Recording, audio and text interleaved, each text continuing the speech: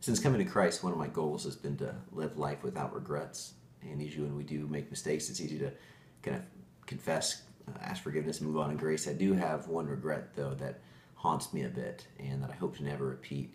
I got a job in college working at a retail store, and when I was interviewing, it became very apparent that everyone there was not Christians. In fact, many of them were very anti Christian or had been wounded by the church, and they were suspect of my Christianity. So I resolved that I was going to be likable Mike. I was going to love them, surprise them by how non judgmental and non critical and how non proselytizing I would be, and I was going to defy all their stereotypes of what a Christian would be.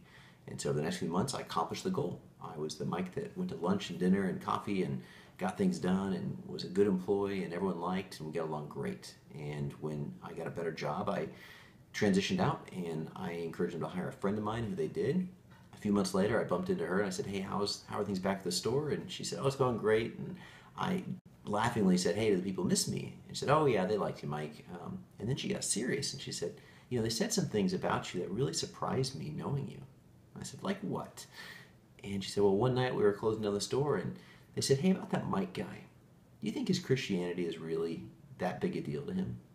And she said, 'I think it's a pretty big deal to him.' And I said, 'Well, that's odd because we spent all that time with him, late nights, closing up the store, working on projects. We talked about everything under the sun. And he was always really nice. But he never once talked to us about Jesus. Like, he never really stopped and explained his faith to us.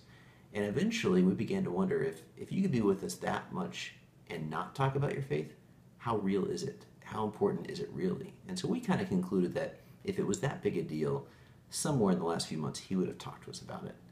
And so she began to explain to me that she had a difficult time now talking to them about Christianity and the message of Jesus because I had not.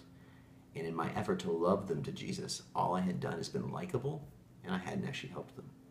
And man, I felt like I got punched in the gut, that all my good intentions to love them to Jesus really had only made them like me, but actually not even trust my faith. I hope we don't have more regrets like that.